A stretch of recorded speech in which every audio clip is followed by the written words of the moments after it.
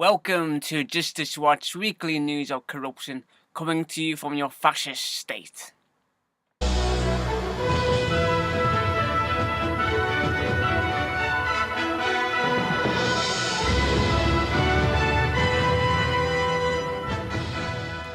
An article this week came out showing that 4 people died in 4 weeks whilst being in prison in Nottingham.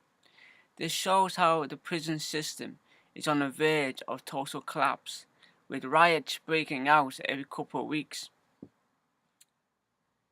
This week, a riot broke out in Long Lartin jail, where inmates took over a whole wing.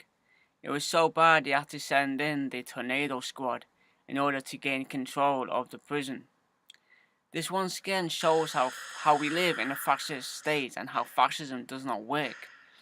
We have these private corporations that are running these prisons, and they are unable to provide a decent public service because they are too busy trying to cover their bottom lines. This week we found out a Michael Ambrose from a prison where they lock up children stomped and kicked a 18-year-old child. But not only that, we found out that they edited the CCTV footage to try and protect the officers from prosecution. Inmates are so desperate and living in such horrific conditions that they are driven to drugs. This is how bad the prisons are. And it's good night. And how are these inmates getting drugs? Because of the officers. The officers in these prisons are shipping in drugs. Shipping in the most horrific type of drugs, like spice. Spice is a demonic creation. It destroys people. And these officers are taking advantage over these desperate inmates.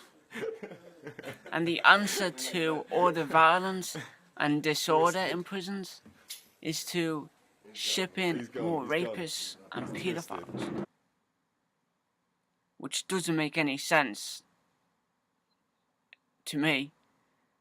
But surely these rapists and pedophiles should already be locked up. These predators should already be behind bars and not let out. Not given slap on the wrists, avoiding prison sentences, because most of these judges are paedophiles themselves. This is how bad the prisons are. It is so bad. And this shows how fascism does not work. Because this is a fascist state when corporations and government combine. Just like the prisons, how the prisons are being run by these private corporations.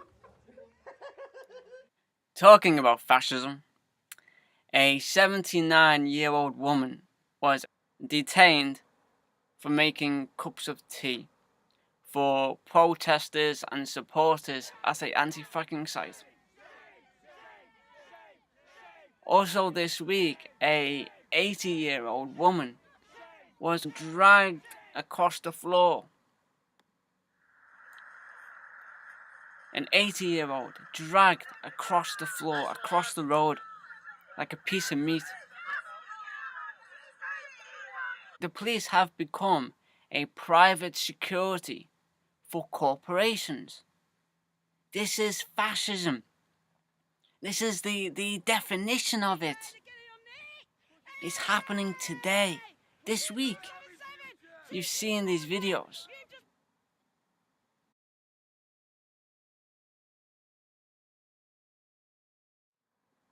The next video shows how much of a fascist state that we really live in when news presenters like Max Kaiser on RT had to flee this country, of all places, to America because he was in fear of his life from hitmen, from corporations that want to silence him. He has been very outspoken about anti-fracking. This is a very serious state that we're living in, where people are now having to flee for their lives because of threats made by these corporations that basically own our government.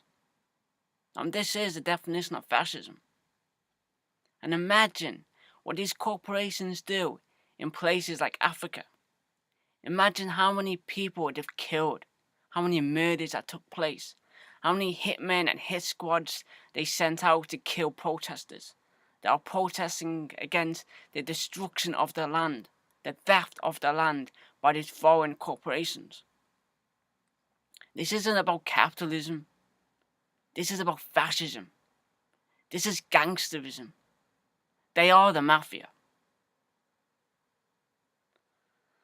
People probably are not aware that it's not really, they don't really support free speech. So the regulators in the UK were constantly threatening us. Mm-hmm. And what kind of threats? Like, what were they threatening you with? They were threatening in a very belligerent manner that made us feel as though our safety was not really, secure. So, on behalf of some energy companies and Ofcom, which is their regulator in the UK, they work with corporations to stifle speech. In the UK, they're trying to get fracking in a big way. And if the biggest group of activists and journalists that have been murdered over the past 10, 15 years are those in the environmentalist movement and ecological warriors, if you will. People say that, journalists are getting killed in this country or that country. The biggest group are environmentalists. They've been killed, hundreds of them. It's always suicide, right? They committed suicide, they crashed a car.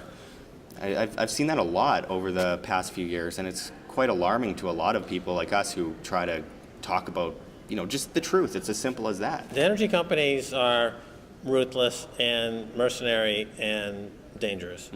And so they made us very uncomfortable in terms of the threats that we got from them just for mentioning them. And the thing is that in the UK, the regulators like Ofcom work for corporate assassins, essentially. And so it's not really worth hanging out there. The next story is about an ex-Special Branch officer, Christopher Walton, who was sacked after he was driving drunk and then crashed into a school gate. So it's kind of good news that he was sacked, but at the same time he could have killed children whilst driving drunk, crashing into a school gate.